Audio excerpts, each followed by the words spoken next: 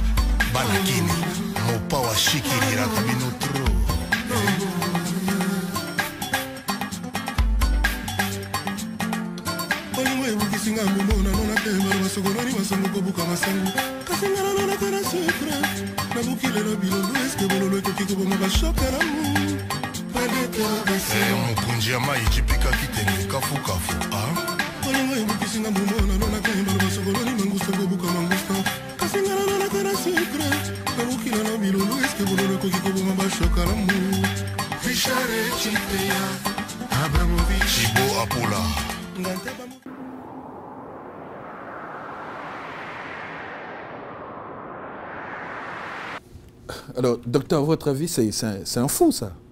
Ce monsieur est fou? Je ne suis pas du tout sûr qu'il soit fou. Je vois plutôt quelqu'un qui est heureux. Quelqu'un qui est heureux et généralement, quand je passe dans les débits de boissons, les gens qui ont beaucoup bu sont heureux également. L'alcool est un euphorisant. Ça nous donne envie de nous exprimer, ça nous donne envie de danser. Et c'est quelqu'un qui est en train de danser et qui visiblement est heureux. Les drogues également peuvent donner un aspect comparable. Mais j'ai vu qu'il avait un sachet d'eau, donc je m'interroge. Est-ce qu'il a bu? Est-ce qu'il n'a pas bu? Est-ce qu'il a pris des toxiques? Est-ce qu'il n'a pas pris de toxiques? Je ne suis pas du tout certain que ce soit quelqu'un qui est une pathologie mentale proprement dite. Comment vous expliquez le phénomène des gens qui se dénudent pendant les enterrements? Bon, je crois que c'est un phénomène culturel. C'est un phénomène qui a une interprétation culturelle. Vous savez que chez nous, les femmes, par exemple, pour maudire quelqu'un, se dénudent. C'est un geste qui montre qu'elles sont exaspérées et que, bon, elles rejettent la personne. Et ces jeunes gens qui se dénudent dans les enterrements, ils font interroger la signification de ce geste-là. Est-ce qu'ils se dénudent parce qu'ils ont l'impression que la personne défunte est morte du fait de l'action de sorcier et que c'est une manière de manifester leur colère?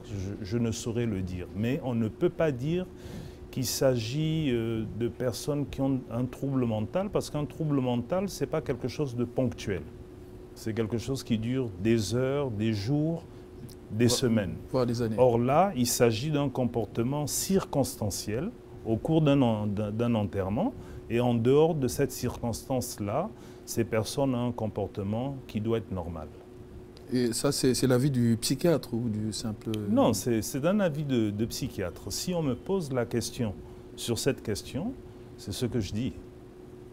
Alors expliquez-nous, qu'est-ce que la psychiatrie? C'est quoi la psychiatrie? La psychiatrie, c'est une discipline médicale. Le mot important, c'est qu'il s'agit d'une discipline médicale qui prend en charge la prévention et le traitement des maladies mentales. C'est important de le préciser parce que la psychiatrie est la cousine de la neurologie.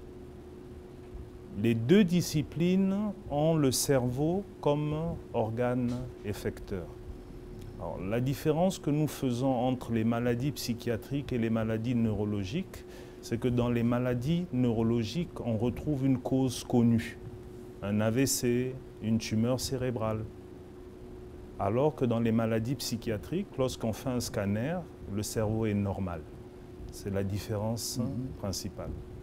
C'est pour ainsi dire que, avant de dire qu'il s'agit d'une pathologie purement psychiatrique, il faut être capable de faire un examen médical pour éliminer les causes organiques. Parce qu'il peut s'agir d'une maladie organique qui emprunte un masque psychiatrique, qui s'accompagne de troubles du comportement. Le paludisme, par exemple, vous savez, nos populations parlent de paludisme cérébral. Il y a des gens qui font des accès palustres graves qui s'accompagnent de troubles du comportement. Dans ces conditions-là, il faut traiter le paludisme et les troubles du comportement s'arrêtent. Voilà. Et qu'est-ce qui vous a poussé à la psychiatrie, docteur? Ce qui m'a poussé à embrasser cette spécialité, c'est le fait qu'au Congo, il y avait un problème de ressources humaines. De tout temps, moi, quand je faisais mes études médicales, il y avait toujours un seul psychiatre, un seul. Ça a d'abord été le docteur Missansa, ensuite ça a été le docteur Bilongo Manene, et ensuite ça a été moi. Donc un seul psychiatre pour une population, je dois dire que c'est un problème important qui m'a poussé donc à m'engager dans cette spécialité et surtout à rentrer. Parce que comme vous le savez, les psychiatres sont formés à l'étranger, comme dans d'autres spécialités. Donc quand vous finissez votre formation, vous devez faire le choix soit de rester ou de rentrer. Je fais partie de ceux qui ont fait le choix de rentrer dans leur pays, malgré les conditions difficiles. Ça vous honore, docteur. Merci. Alors, quand on parle des maladies de psychiatrie, on parle généralement des fous. Qu'est-ce qu'un fou, docteur? Alors, je dois dire que le terme de folie, c'est un terme que nous n'utilisons pas. C'est un terme qui est utilisé dans le langage courant et qui concerne une variété particulière de maladies mentales dont je parlerai, de maladies mentales graves. Alors, les maladies mentales ne se résument pas à la folie. La psychiatrie ne se résume pas à la folie. Mais c'est une partie de notre champ d'intérêt. Qu'est-ce que les populations appellent folie? Les populations appellent folie la personne qui a perdu la raison, la personne qui n'est plus dans la réalité, la personne qui entend des voix, la personne qui se comporte de manière vraiment anormale, qui se dénude, qui mange dans les poubelles. Alors, c'est ce visage-là des troubles du comportement que la population appelle folie.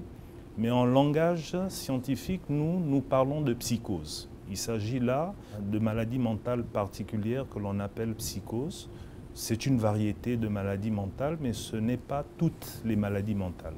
Loin s'en faut. Quels sont les facteurs qui peuvent conduire à cette souffrance? Je dois dire que pour répondre à cette question, le terme de souffrance me plaît. Parce qu'actuellement, on parle plutôt de santé mentale que de maladie mentale. C'est-à-dire que l'on voit le côté positif. L'Organisation mondiale de la santé, dans sa définition de la santé, dit ceci. La santé est un état de complet bien-être physique, mental et social, et non pas seulement l'absence de maladie ou d'infirmité. On insiste donc sur la notion de bien-être, sur la notion de qualité de vie. On doit se sentir bien, en équilibre avec soi-même, en équilibre avec sa famille, en équilibre avec son environnement. Et dès que cet équilibre est perturbé, la personne souffre. On entre là dans le champ de la souffrance mentale. Donc, et le champ de la souffrance mentale, c'est divers. Il y a les problèmes existentiels, toutes les difficultés que nous rencontrons dans la vie courante, les difficultés conjugales, les difficultés professionnelles, les difficultés économiques, le fait qu'on n'a pas de travail, le fait qu'on n'a pas de logement, ça peut retentir sur votre état mental, sur l'équilibre mental. Ça, c'est un ordre de fait. Il y a les difficultés sociales, d'une manière générale. L'argent ne fait pas le bonheur, mais il y contribue. C'est pour ainsi dire que lorsqu'on a des difficultés économiques importantes, il est certain qu'on peut avoir des difficultés également psychologiques. L'abus de drogue est également un facteur, c'est-à-dire que le fait de prendre du tabac, de l'alcool, des drogues, c'est aussi un facteur. Mais pourquoi les prend-on? Alors là, on rentre un peu dans ce qu'on peut appeler un cercle vicieux. C'est-à-dire que lorsqu'on ne se sent pas bien, on a tendance à penser que lorsqu'on fume une cigarette, lorsqu'on prend un verre de bière, ça nous détend. Oui, oui. Ça nous déstresse et on se sent mieux. Mais c'est un mauvais médicament. Le tabac est un mauvais médicament, l'alcool est un mauvais médicament et les drogues sont de mauvais médicaments. Donc là également, nous devons pouvoir agir. Le contexte, les guerres que nous avons connues, les traumatismes que nos populations ont subis, ont laissé des traces. Et ces traces-là également doivent faire l'objet d'une prise en charge. Vous savez qu'il suffit que les gens entendent des coups de feu, ils ont une peur panique. Ça veut dire que la guerre a laissé des traces et que ces traces-là, il faut être capable de les prendre en charge. Enfin, je terminerai par parler des facteurs génétiques ou des facteurs héréditaires. Il y a certaines maladies mentales où on a noté qu'il y a un facteur familial qui rentre en ligne de compte. Mais là également, c'est ambigu parce que quand vous posez la question à quelqu'un, est-ce qu'il y a dans votre famille quelqu'un qui a déjà souffert de maladie mentale? Dans notre culture, il comprend ça autrement. nous on parle tout simplement de génétique, hein, c'est-à-dire de transmission héréditaire de la maladie. Les familles, eux, pensent à transmission sorcière de la maladie mentale. C'est-à-dire qu'il y a des familles où il y a plus de sorciers que dans d'autres familles. Donc là également, il faut être prudent et il faut expliquer aux gens de quoi il s'agit. En définitive,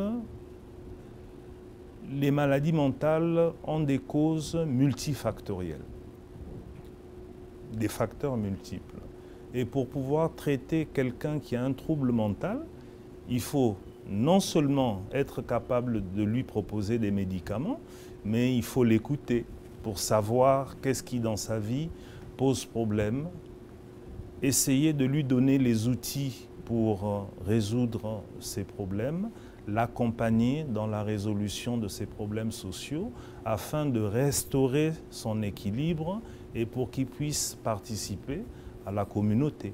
Parce que dans la majorité des cas, les troubles mentaux sont de bons pronostics.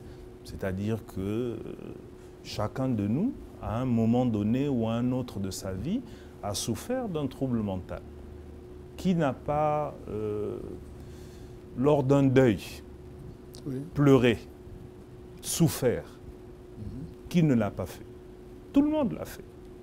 Hein, donc, et on met tout ça sous le compte des troubles mentaux. Ça. Ah mais évidemment, évidemment.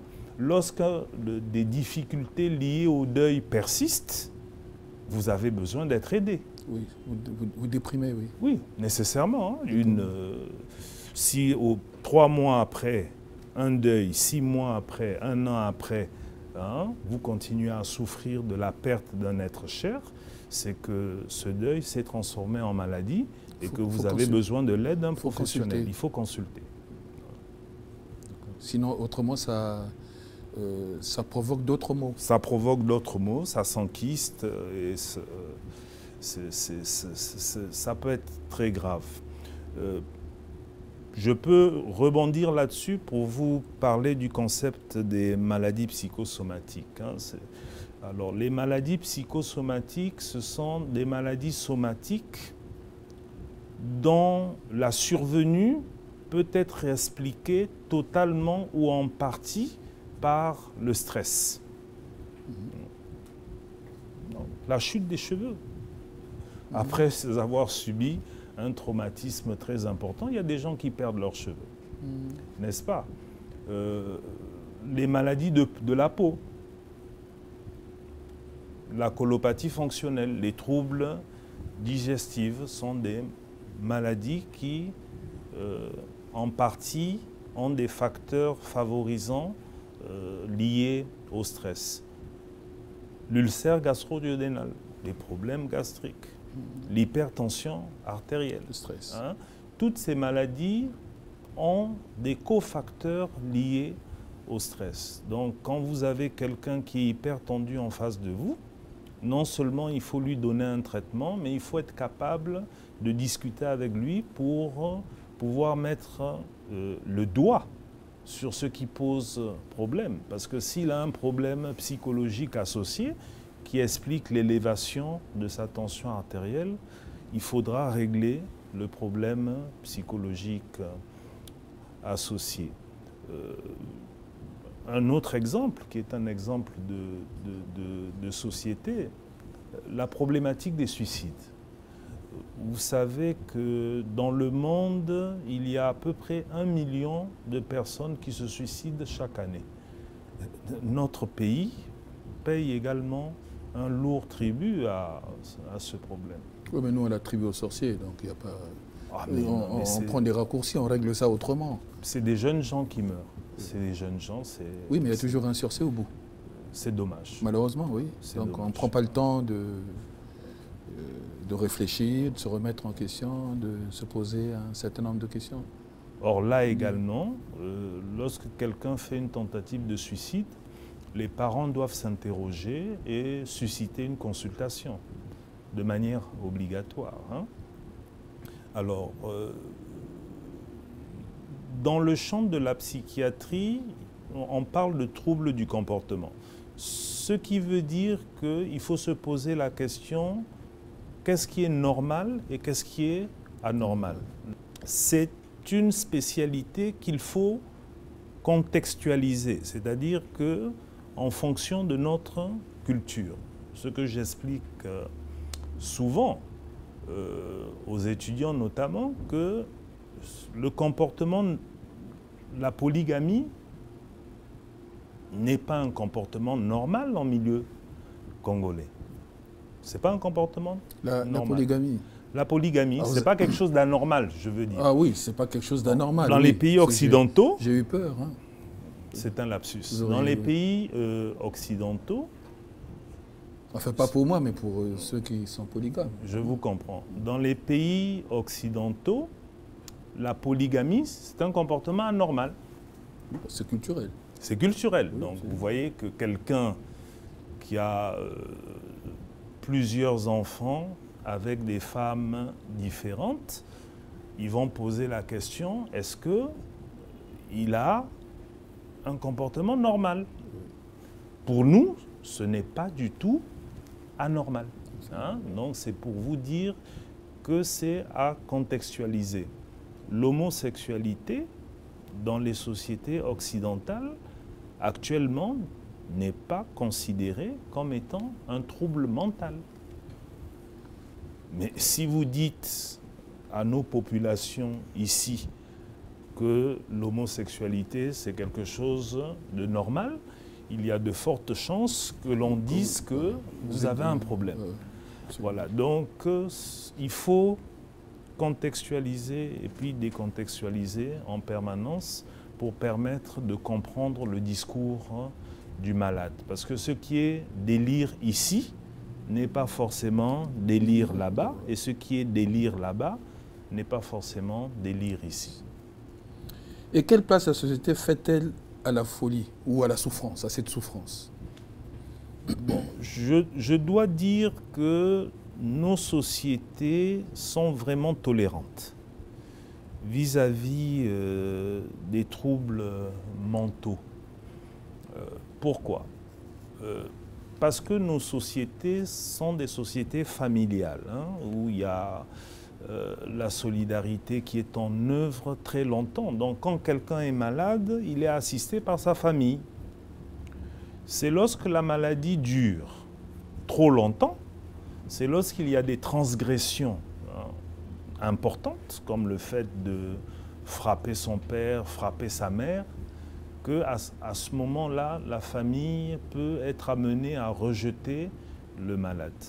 Et si elle rejette le malade, comme on n'a pas de structures qui peuvent prendre le relais de la famille, à ce moment-là, le malade échoue dans la rue. C'est ça, mais ça dure très longtemps. C'est un processus qui dure des années. Par contre, dans les sociétés occidentales, qui sont des sociétés très individualistes, dès lors qu'il y a un trouble, généralement, ce n'est pas la famille qui prend en charge le malade. Automatiquement, la maladie est prise en charge à l'hôpital et par la société. Nous ne voyons pas la majorité des malades. Ce n'est pas la majorité des malades que nous voyons. La majorité des malades est prise en charge dans le système traditionnel de soins. La majorité des malades est prise en charge dans le système religieux de soins, qui est un système qui est bien accepté par nos populations. Oui, mais est-ce que c'est toujours efficace? Mais ce n'est pas toujours efficace, puisque dans un certain nombre de cas, les patients finissent par arriver chez nous. Hein, voilà. Et dans un état lamentable. Et dans un état lamentable. Ça, c'est la première observation. La deuxième observation, c'est que les traitements que nous faisons sont compatibles avec les droits de l'homme. On n'attache pas un malade mental. En 2015, on n'a pas le droit d'attacher quelqu'un.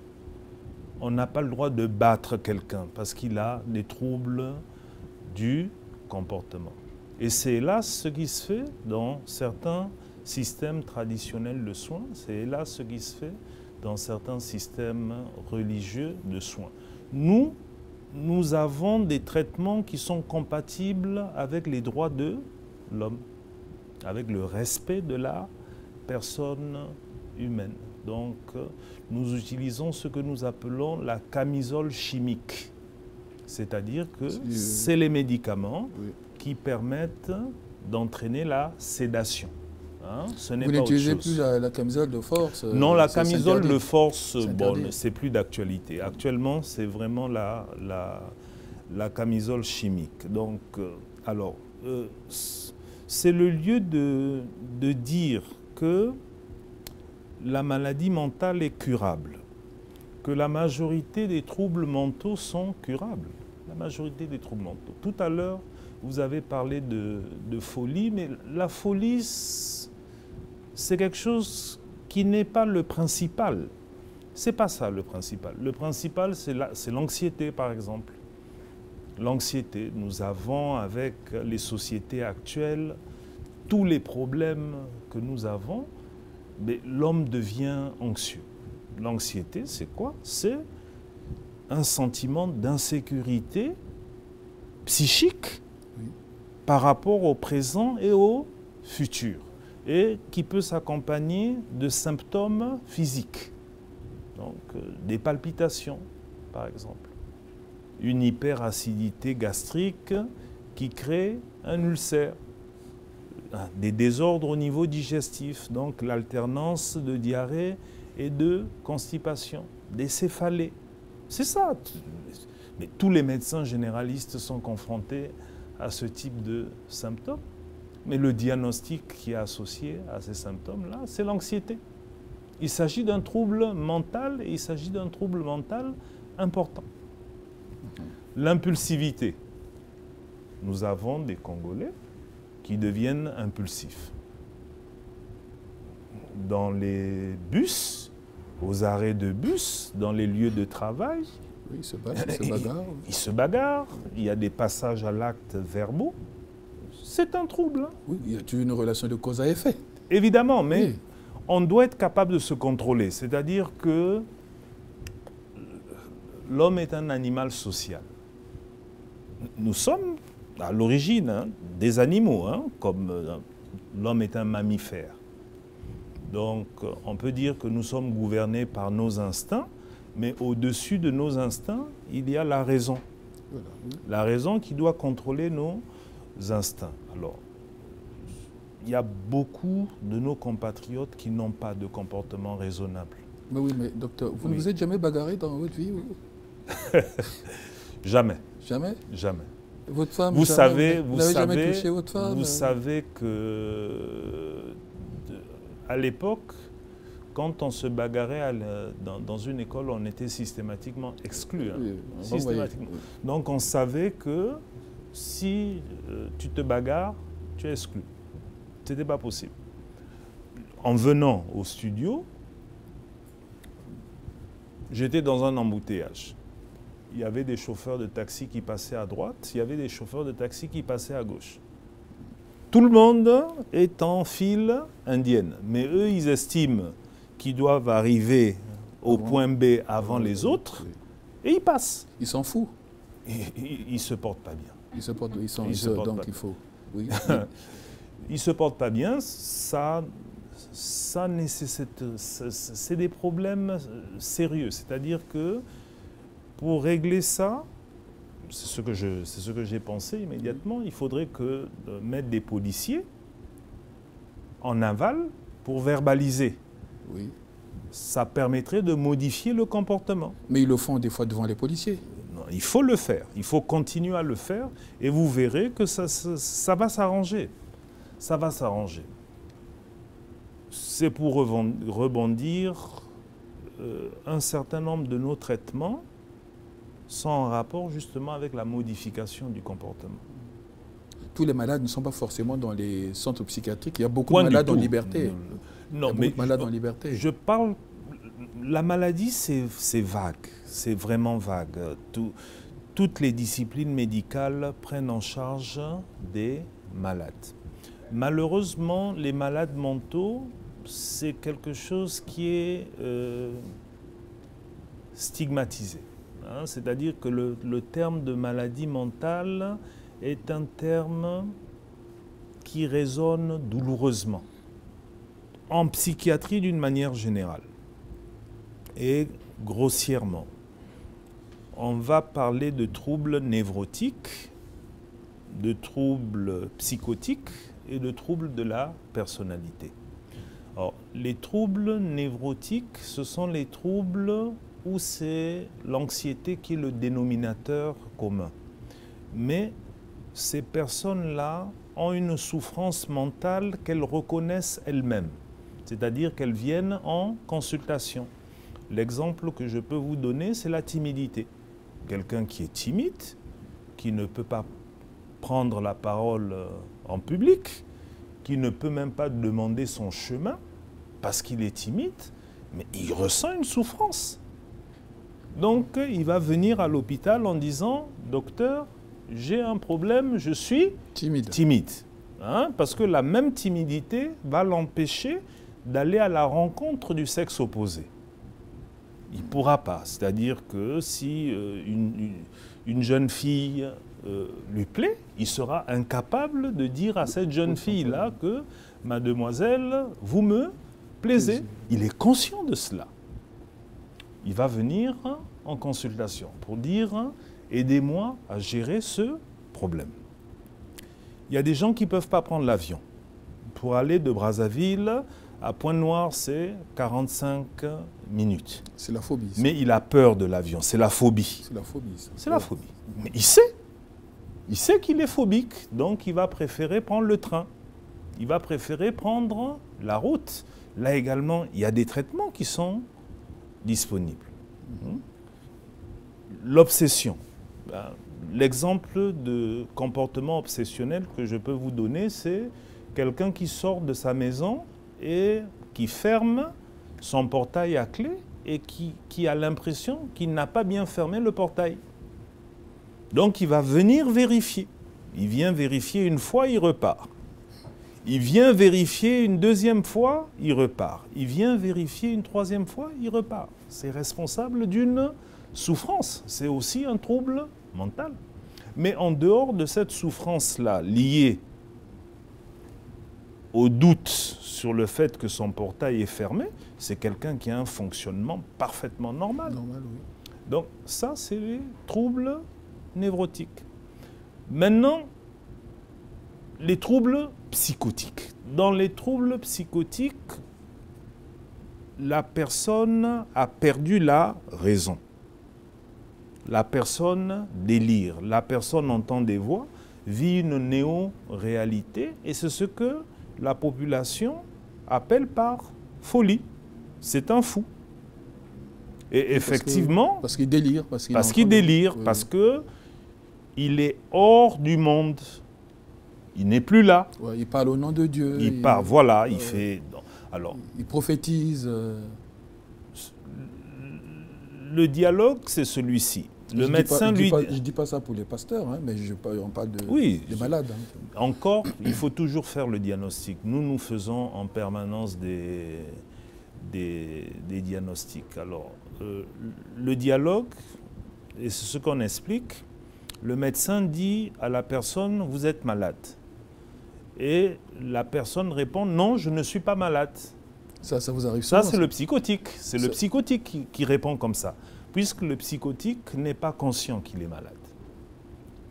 Le psychotique n'est pas conscient qu'il est malade. Le névrotique, lui, il est conscient. Hein? Mais il y a beaucoup plus de personnes névrosées que de gens qui ont des psychoses. La psychose, c'est quelque chose de rare. Et enfin, il y a les troubles de la personnalité. Alors, les troubles de la personnalité, c'est la manière que chacun de nous, c'est comme l'empreinte digitale. Hein? Oui. L'empreinte digitale est unique, mais chacun de nous a une personnalité unique. C'est-à-dire que c'est la manière que nous avons de vivre, sentir, ressentir, interagir avec notre environnement. C'est cette manière-là. Chacun de nous est différent. Chacun de nous. Alors, et c'est une affaire de dosage, et c'est une affaire de rigidité et de plasticité. La personnalité normale, c'est une personnalité souple qui est capable de s'adapter. La personnalité anormale, c'est une personnalité qui est rigide, qui est incapable de s'adapter. En fait, elle a toujours raison. C'est un exemple de trouble de la personnalité. C'est un exemple. Alors, dans les troubles de la personnalité, généralement, c'est l'entourage qui souffre. C'est l'entourage qui souffre. L'exemple que vous avez donné est pertinent. C'est par exemple la personne qui a toujours raison. En permanence, elle a raison. C'est toujours les autres. Voilà. Donc, on va dire que cette personne-là a des troubles de la personnalité. Un exemple célèbre que je peux vous donner, c'est ce qu'on appelle la psychopathie. Les troubles de la personnalité de nature psychopathique. Alors là, ce sont des personnes qui ont des problèmes avec le respect de l'autorité. Ils ne respectent personne. Et ça commence depuis l'école. Ça veut dire qu'ils ne respectent pas le maître. Quand le maître lui demande d'aller au tableau, l'enfant dit « je n'y vais pas ». D'abord, moi, je ne vous connais pas, je n'obéis qu'à mon père. Voilà, ça commence là. Ensuite, ça continue. Donc, on va le renvoyer. Hein. Évidemment, un enfant qui répond comme ça à son maître, le maître le renvoie. Hein? Bon, on le remet à l'école, il continue au collège. Au collège, il y a plusieurs enseignants. Mais il aura des problèmes avec tous les enseignants. OK? Il ne pourra pas faire son service militaire. C'est un exemple. Hein? À 18 ans, pour les pays où il y a le service militaire, il ne pourra pas. Il ne pourra pas rentrer dans l'armée, parce que l'armée, c'est un corps hiérarchisé, où le soldat obéit au caporal, le caporal obéit au sergent, le sergent, et ainsi de suite. Alors, vous avez des gens comme ça qui refusent d'obéir à un colonel parce que lui, il obéit seulement à quelqu'un d'autre. Il y a un problème. Il est malade. Il y a un trouble de la personnalité. Et comment vous arrivez à y remédier, vous? Bon, les psychiatres ne vont pas dans la rue pour détecter qui est malade. Devant un cas comme ça, je vous présente un cas comme ça. J'ai un parent qui est dans ce cas de figure. Je vous l'emmène. Quels sont les...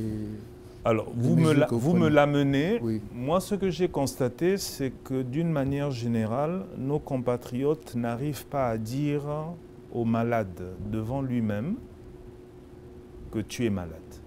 Ils n'arrivent pas à dire. Oui, mais ça n'existe nulle part, ça. Mais si, mais si. Pas dire... Et si, il faut affronter. Mais le psychopathe ne sait pas qu'il est malade. Justement, les parents sont l'ambassadeur de la réalité auprès du malade. Nous sommes chacun les ambassadeurs de la réalité auprès du malade. On ne ment pas. Nous avons des gens qui sont hospitalisés en psychiatrie à l'issue de ruses. C'est-à-dire, les parents disent, bon, on va t'amener quelque part. Bon, on va aux urgences du CHU. Et puis, arrivé vers les urgences du CHU, le véhicule vire et le malade est amené en psychiatrie. Et il est surpris. Mais vous m'avez amené chez les fous. Qu'est-ce que je fais ici? Mais les parents savent bien qu'il a des troubles du comportement. Et c'est normal. Que ça placé là. Que ça placé là. Mais il fallait le lui dire. Ce n'est pas moi, médecin, qui ne connaît pas le malade, qui va dire à la personne que vous êtes malade. C'est d'abord l'entourage. C'est l'entourage qui connaît la personne. C'est l'entourage. Hein, c'est pour ça que je vous dis que ce sont les familles qui sont l'ambassadeur de la réalité auprès du malade. Je reçois tout le temps en consultation des gens qui viennent me voir et qui demandent à être reçus d'abord. Ils viennent d'abord, ils expliquent que voilà, il fait ceci, il fait ceci, il fait cela, il fait ceci, il fait cela. Il ne peut pas dire ça devant le malade. Hein. Le malade, il est dehors. Et puis après, maintenant, on fait rentrer le malade et puis le parent est là. Il ne parle plus. Il ne parle plus. Mais moi, j'attends du parent qui dise devant le malade que tu te déshabilles, tu parles la nuit, tu parles de l'arrière-grand-père qui est mort depuis longtemps. Oui. Et ce n'est pas normal. Et c'est pour ça que je t'ai amené chez le psychiatre, que le médecin que tu as en face de toi, là, c'est un psychiatre. Parce qu'il y a un moment où nous allons prendre la décision d'hospitaliser et l'hospitalisation va se faire sous la contrainte. On ne discute pas avec un psychotique. On ne discute pas avec un psychotique. Le psychotique, on lui dit qu'il est malade et on l'amène à l'hôpital sous la contrainte. Généralement des forces de l'ordre, c'est-à-dire c'est soit les sapeurs-pompiers, soit la police, et on conduit le malade à l'hôpital. Donc on ne discute pas. On ne discute pas. Donc on dit, vous êtes malade. Vous parlez trop, vous vous déshabillez, vous dérangez tout le monde, ce n'est pas votre comportement, je suis votre père, je vous connais, vous êtes malade. C'est ça. Le médecin, ce n'est pas lui qui fait le diagnostic de troubles du comportement grave. Non, c'est l'entourage. Parce que ça, le diagnostic, il est facile. Par contre, ce qui est difficile, c'est de faire le diagnostic de troubles de la personnalité. Ça, généralement, les gens ne savent pas que cette personne-là a un trouble de la personnalité. Ça, c'est vraiment médical. Et dans certaines professions, lorsqu'on demande un certificat médical, ce n'est pas pour rien. Ce n'est pas pour rien. Comment vous arrivez à déceler? Vous avez des trucs? Nous avons des tests. Hein. Nous avons une manière de mener notre entretien. Nous avons des tests de personnalité qui font que, bon, on sait que telle personne a telle ou telle personnalité et n'est pas propre à exercer tel ou tel métier. C'est pas possible. Oui, docteur, j'ai un cousin qui a la manie d'inventer des histoires. Oui. Vous le mettez dans quelle catégorie? Lui, alors son obsession, c'est inventer il vous invente, mais alors des histoires à longueur de journée. Mm-hmm. Alors, si ce sont des histoires plausibles. Alors, des fois, des histoires à dormir debout. Hein. Oui, mais si c'est cohérent, c'est parce qu'on doit faire la part des choses. Quand un discours est cohérent, qu'on peut y croire, généralement, il s'agit de ce qu'on appelle la mythomanie. La mythomanie, hein, c'est-à-dire que, justement, la capacité à raconter des histoires. Et les escrocs sont généralement des mythomanes. Quelqu'un qui se rend coupable d'escroquerie, mais c'est quelqu'un qui est capable de vous convaincre. Oui, oui. Il raconte une histoire. Il a des arguments. Voilà. Oui, oui. Puis, il connaît la personnalité X. Il est capable de vous obtenir un visa, etc. Donc, Donc mon cousin est mythomane. Et ça se soigne, ça. Je ne peux pas vous dire que votre cousin est mythomane parce que je ne l'ai pas examiné. Ah oui, d'accord. Mais je peux tout juste faire un commentaire. Mais ça se soigne. Il y a des traitements pour ça. Il y a des traitements. Alors, j'ai du mal à situer la frontière entre les psychologues, les psychanalystes et les psychiatres. Ce sont des membres de la même famille, mais tous les enfants d'un même père ne se ressemblent pas et n'ont pas forcément la même activité. Alors, la différence principale, c'est que les psychiatres sont médecins. Comme je vous l'ai dit, la psychiatrie, c'est une discipline médicale. Les psychologues ne sont pas médecins. Hein. Les psychanalystes non plus. Les psychanalystes ne sont pas forcément médecins. On arrive à la psychanalyse par plusieurs voies. Vous pouvez devenir psychanalyste. Pour devenir psychanalyste, la seule condition, c'est d'avoir subi soi-même une psychanalyse. Quand vous avez subi vous-même, hein, il s'agit d'un rite de passage qui fait que, comme vous avez vécu ça vous-même, vous pouvez accompagner les autres. Donc, c'est ouvert à tout le monde.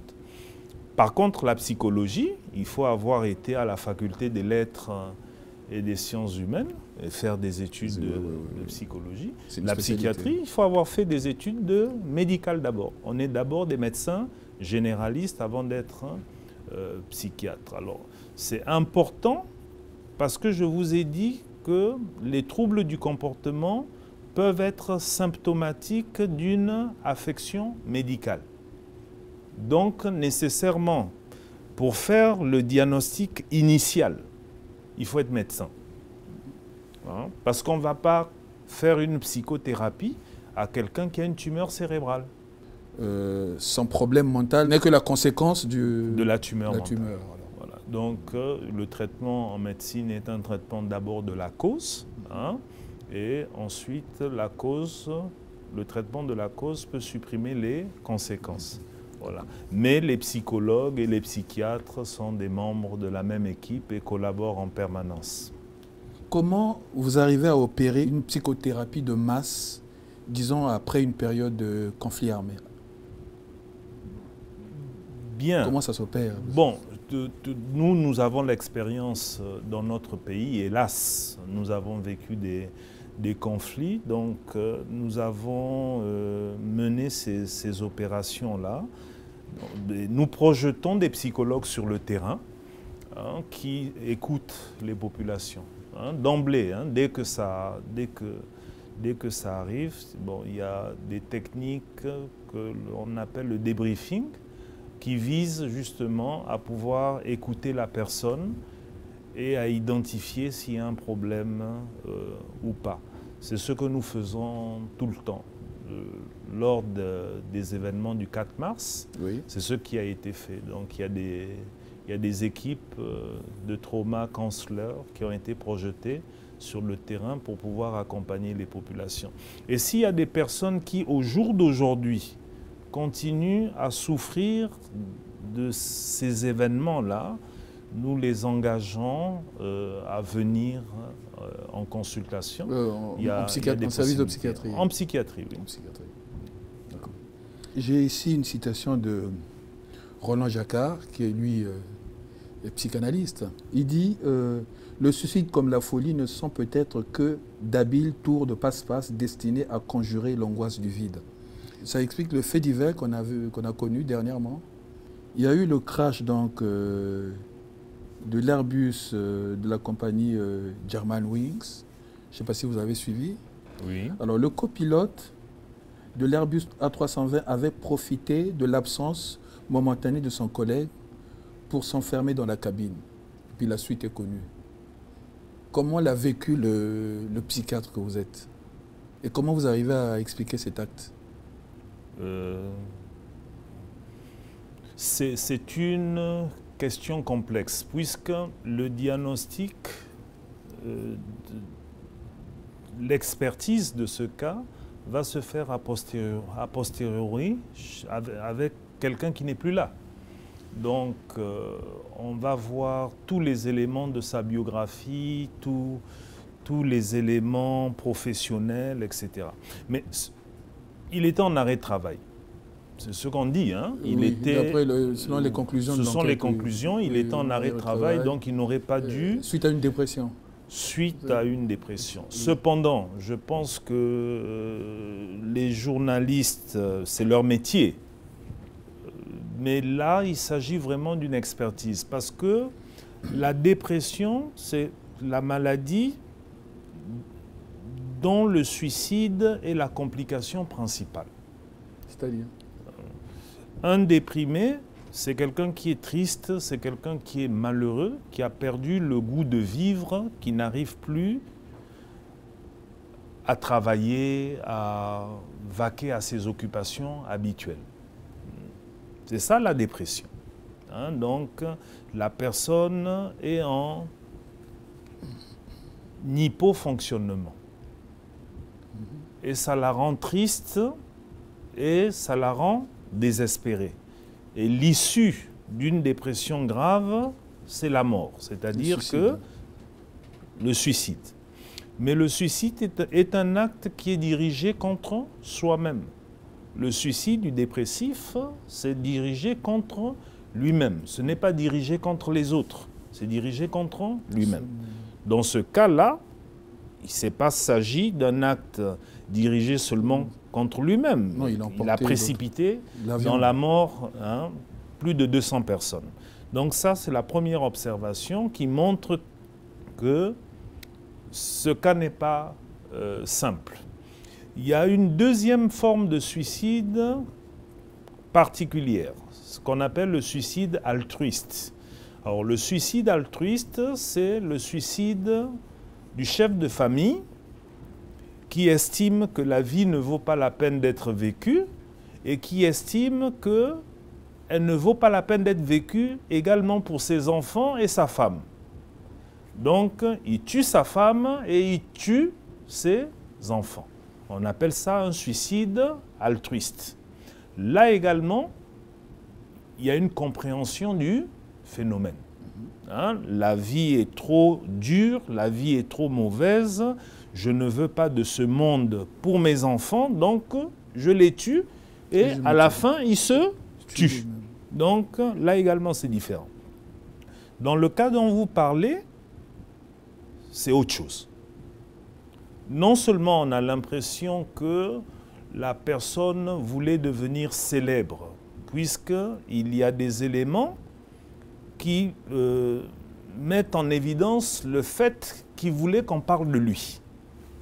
Qu'en posant cet acte, on parlera de moi et à cause de moi, on va modifier les protocoles. Il y a des éléments de l'enquête qui laissent dire ça. Et ça veut dire que c'est quelqu'un qui a d'autres problèmes que la dépression. Donc il savait ce qu'il faisait. Il savait apparemment ce qu'il faisait. Il savait apparemment.